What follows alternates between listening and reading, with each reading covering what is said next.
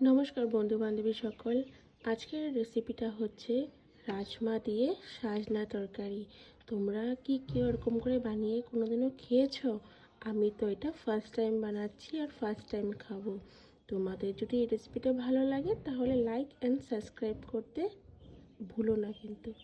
সজনাগুলো ধুয়ে কেটে সিদ্ধ করে নিয়েছি, দুটো আলু কেটে নিয়েছি আর রাজমাগুলো সিদ্ধ করে নিয়েছি। তারপর একটা কড়াইতে তেল গরম হয়ে গেলে একটা তেজপাতা, দুটো শুকনো লঙ্কা, গোটা জিরে, কালো জিরে, আলু দিয়ে নাড়াচাড়া করে সজনাগুলো দিয়ে দিব। তারপর এক এক করে গুঁড়ো মশলাগুলো দিয়ে দিব, জিরের গুঁড়া, লঙ্কার গুঁড়া, অল্প হলুদ, সামান্য লবণ আর সামান্য চিনি।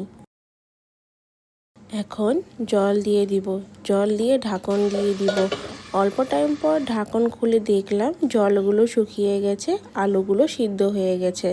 আগের থেকে রাজমাগুলো সিদ্ধ করে রেখেছিলাম, ওগুলো দিয়ে নাড়াচাড়া করে পরিমাণ বুঝে জল দিয়ে কেটে রাখা ধনে পাতাগুলো দিয়ে দিব। তারপর দেখবে জলটা শুকিয়ে এসছে আর আমাদের রাজমার সাথে সাজনা তরকারি রেডি। তোমরা বানিয়ে বলবে কীরকম হয়েছে খেতে। ধন্যবাদ।